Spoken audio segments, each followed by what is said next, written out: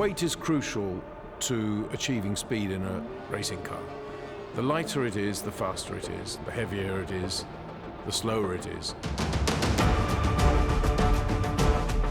We try to find gains in every part of the car. We like to make sure the weight on the car is as low as it can possibly be, which helps the car go around corners faster. If we reduce the weight of the car by 10 kilos, we go between 2 and 4 times faster.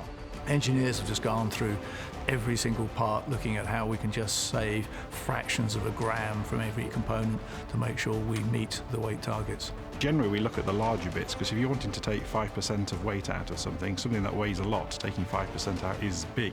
The chassis, the floor, the sideboards, these kind of things. And that's the process that is continually going on. It never stops. We've seen increasingly Formula One cars shed what for many people was very important, was paint. And you might think that paint doesn't weigh very much, but actually it does weigh a bit. And in the 1930s, it became clear for the first time that if you actually took the paint off and raced cars in bare metal, they'd go faster. And even today, in 2022, on the Aston Martin Formula One car, you will see sections that are black, not the metallic green that we're used to. Why? Because that's bare carbon fiber, no paint at all. 3 or 4 years ago, there was 3.5 kilos of paint in total on a Formula One car. But over the years, we're trying to just chip away at that, and we're now just above a kilo of paint. We're going to continue to refine the materials we use. We're going to increase the amount of instrumentation and the analysis so that we can refine the structures and hone out even more grams from every single part of a Formula One car. There are safety implications if we're not careful about making things too light. The most important thing for us is to make sure that the car is safe and that it will get to the end of the race.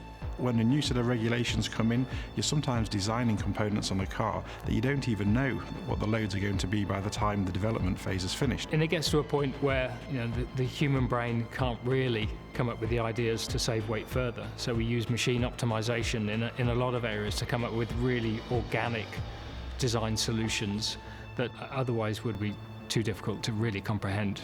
And with machine learning, it's going to be absolutely fascinating to see how far we can push this into the future. We will continue looking at all kinds of materials and see what advancements we see in other areas like aerospace. And one of the things we are doing with Aramco is exploring the development and the future of low-cost carbon technologies. On the design side, we will have probably more and more artificial intelligence helping in the design process. There are various technologies coming out, particularly in the area of additive manufacturing, what I would probably simply call 3D printing, and that will mean that we can use computer simulations before we even get to the design process, and then we can use these additive manufacturing processes to make some of these incredibly complicated shapes in a way that we wouldn't be able to do with traditional machining methods. That is definitely the most exciting aspect of weight saving in the future.